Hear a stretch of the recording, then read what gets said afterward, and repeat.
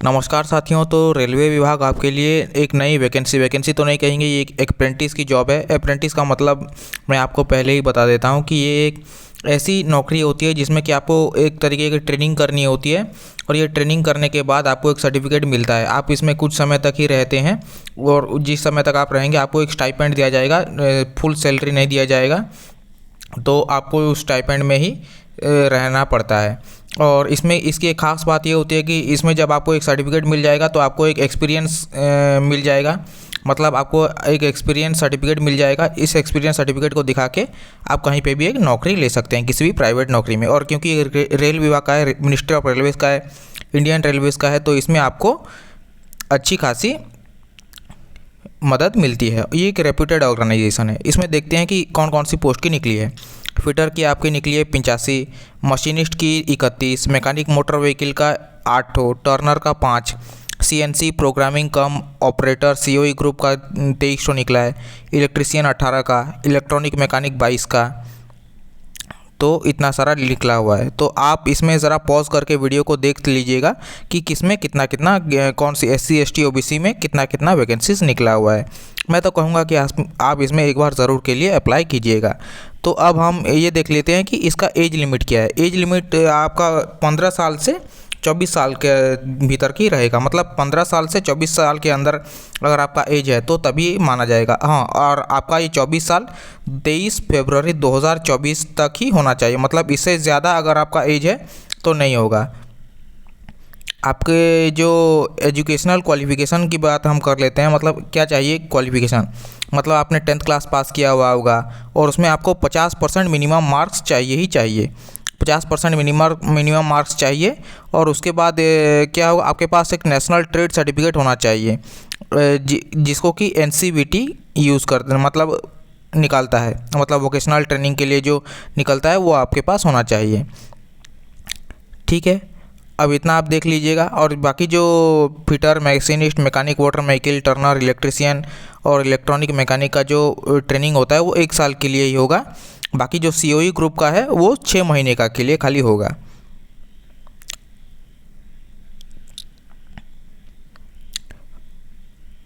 हाँ, इसमें कौन कौन अप्लाई कर सकते हैं ज़रा पहले हम एक बार देख लीजिए। जो कैंडिडेट्स जिन्होंने कि लोकल एम्प्लॉयमेंट एक्सचेंज में अप्लाई किया हुआ है, उन्होंने अपना नाम रजिस्टर किया हुआ है। जैसे कि आप किसी स्टेट में रहते हैं, जैसे सपोज़ आप रहते हैं कि दिल्ली में, तो दिल्ली में आपका एम्प्लॉयमेंट एक्सचेंज बोर्ड होगा, तो उसी में अगर आपने रजिस्टर किया हुआ है तो तब जाके आप इसमें अप्लाई कर सकते हैं। हर स्टेट का अपना अलग अलग होता है, तो इसके लिए आप वहाँ पे थोड़ा अप्लाई कर लीजिएगा। एक ही दिन की बात है, एक ही दिन में ही हो जाता है। हाँ, और जो जैसा मैं कह रहा था कि सीओई ऑपरेटर को 10,899 रुपये स्टाइपेंड मिलेगा।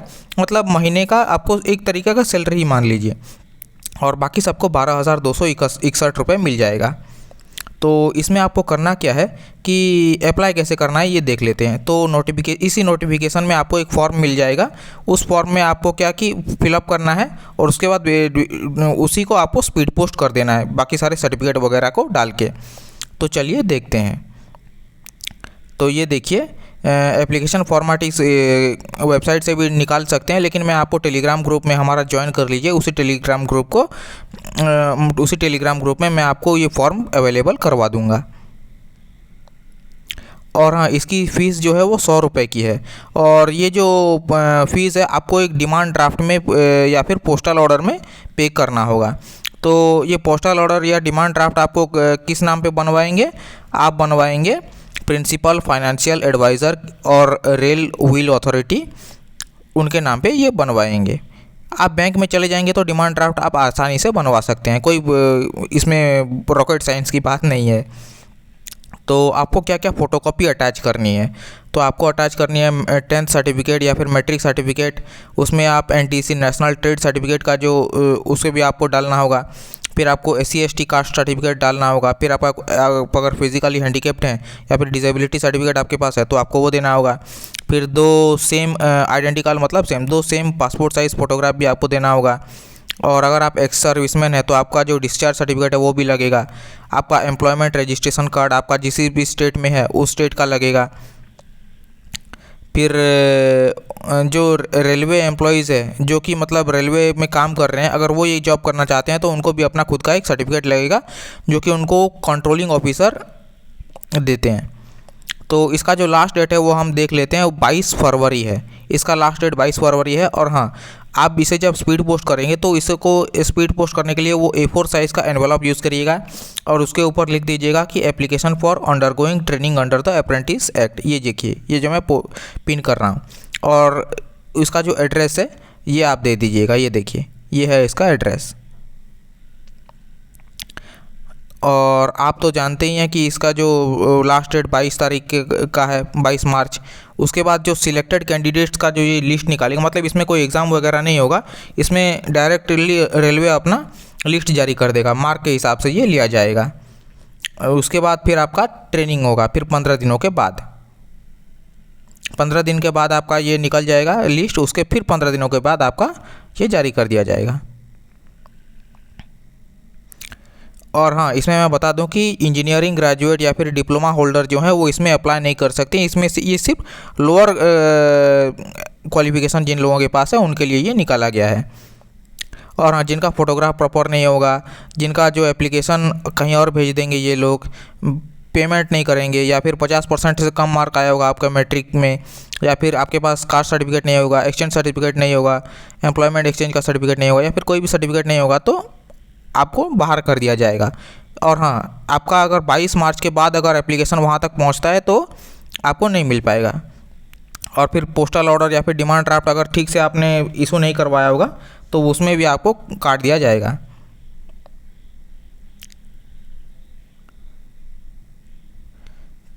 और हाँ, ये देखिए इसका हेल्प डेस्क है, मतलब आप इसमें इस नंबर पे फ़ोन कर सकते हैं मंडे टू फ्राइडे से मतलब 9 से सुबह 9 से शाम को 4:30 बजे तक इस नंबर पर कॉल कर सकते हैं। और संडे और हॉलीडेज़ को आपको 9 से 12 बजे तक कर सकते हैं। आप ज़रा देख लीजिएगा। उसके बाद हम चलते हैं और देखते हैं कि हाँ, ये देखिए, ये है आपका, ये लीजिए, ये है आपका वो फॉर्म जिसे कि आपको फिलअप करना है। और उसे आपको इसको फिलअप करने के बाद जो जितना भी सर्टिफिकेट का ज़ेरॉक्स आपको मांगा होगा, उस सर्टिफिकेट का ज़ेरॉक्स आप उसमें दे दीजिए। इसमें आपका अपना नाम डालिएगा, इसमें अपना नाम डालिएगा, उसमें फिर पासपोर्ट साइज़ फ़ोटो चिपका लीजिएगा। और हाँ, इस पासपोर्ट साइज़ फ़ोटो को देने के बाद और 2 फ़ोटो और एक्स्ट्रा मांगा हुआ है तो उसको फिर आप दे दीजिएगा, ठीक है। उसके बाद आप कहाँ अप्लाई कर रहे हैं पहला इसमें भरिएगा, फिर आप अपना नाम डालिएगा, फादर मदर का नाम, फिर डेट ऑफ बर्थ, फिर आपका कौन सा मतलब कास्ट है वो डालिएगा। अगर आप डिसेबल्ड हैं तो ये डालिएगा, फिर एड्रेस डालिएगा, स्टेट पिन कोड इंडिया डालिएगा, फिर नेशनलिटी में तो आप इंडियन ही हैं तो उसके बाद मेल या फीमेल है वो डालिएगा, मोबाइल नंबर, ईमेल एड्रेस।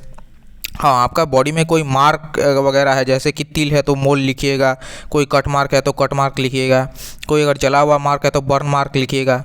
तो आपका क्वालिफ़िकेशन दे दीजिएगा, कहाँ कब आप पास हुए हैं, कि टोटल मार्क कितना था, कितना मार्क आपको मिला है, उसके हिसाब से परसेंटेज कितना हुआ है।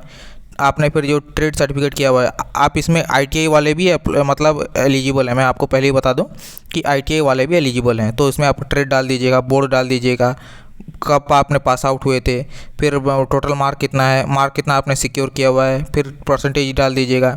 और हाँ, इसमें आपको जो डिमांड ड्राफ्ट या फिर IPO बनाएंगे उसका सीरियल नंबर, कब आपने ये सब कुछ किया था, कितने अमाउंट का पे किया था, कहाँ से आपने भरा था, तो ये आपका डाल दीजिएगा। और कौन कौन सा डॉक्यूमेंट्स आपने दिया हुआ है उस सीरियली उसको दीजिएगा। और हाँ, सीरियल स्टेपल कीजिएगा, वरना अधिकारियों को थोड़ा प्रॉब्लम होता है। अगर आप रेलवे में सर्व कर रहे हैं तो यस डालिएगा, नहीं तो नो। रेलवे में काम कर रहे हैं तो यस डालिएगा, नहीं तो नो, मतलब जो अभी काम कर रहे हैं। और अगर आप एक सर्विसमैन हैं तो यस, नहीं तो नो। उसके बाद फिर आप क्या कि अगर स्टेट ऑफ कर्नाटका में रजिस्टर्ड है एम्प्लॉयमेंट एक्सचेंज तो उसके लिए स्पेशली ये दिया हुआ है। अगर आप कर्नाटक से नहीं हैं, दूसरे स्टेट से हैं, तो आप इसमें यस डालिएगा, वरना इसमें यस डालिएगा, ठीक है। फिर अपना सिग्नेचर दीजिएगा, लेफ़्ट थंब इम्प्रेशन। अच्छा, एक बात और याद रखिएगा, आपका जो लेफ़्ट हैंड है उसका जो थंब है, अंगूठा, उसका छाप डालिएगा इसमें। आप इसके लिए स्टाम्प पैड का भी इस्तेमाल कर सकते हैं। और आप उस दिन का डेट दे दीजिएगा और कहाँ से आप अपना प्लेस का नाम दे दीजिएगा, बस इतना ही। उसके बाद अब बाकी सब कुछ हो जाएगा। तो दोस्तों ये था आज का वीडियो। इसमें हमने आपको पूरा डिटेल्ड वे में समझा दिया है कि कैसे क्या क्या करना है। फिर भी अगर आपको कोई डाउट होता है तो फिर आप कमेंट सेक्शन में हमें मैसेज कर दीजिएगा या फिर कमेंट सेक्शन में कमेंट कर दीजिएगा, हम उस कमेंट का आपको रिप्लाई ज़रूर देंगे। तो ये था आज का वीडियो। हमें लाइक कीजिए, सब्सक्राइब कीजिए और फॉलो ज़रूर कीजिएगा। धन्यवाद।